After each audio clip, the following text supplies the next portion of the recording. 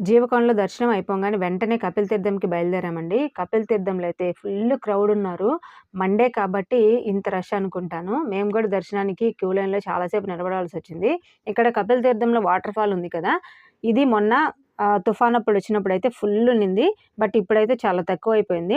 దర్శనం అయిపోగానే మాకు 1 అట్లా అయింది టైము. అప్పుడు వెంటనే మేము ఇంక తిరుమలకి బయలుదేరాము. 3కి అనుకుంటా భోంచేసి లోపలికెళ్తే మేము నైట్ 11కి కిందకి దిగుతున్నాము. అంటే 10:30 వరకు మాకు దర్శనం టైమింగే పట్టిందనమాట. ఆల్మోస్ట్ 5½ అవర్ పట్టింది టైం అయితేను.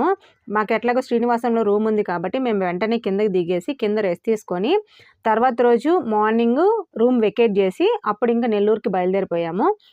నన్నెవరు వీడియో తీయట్లేదండి. ఒకవేళ వీడియో తీయమని అడిగామనుకోండి, ఇద్దరు పిల్లలు కొట్టుకొని ఫోన్ పగలగొడుతున్నారు.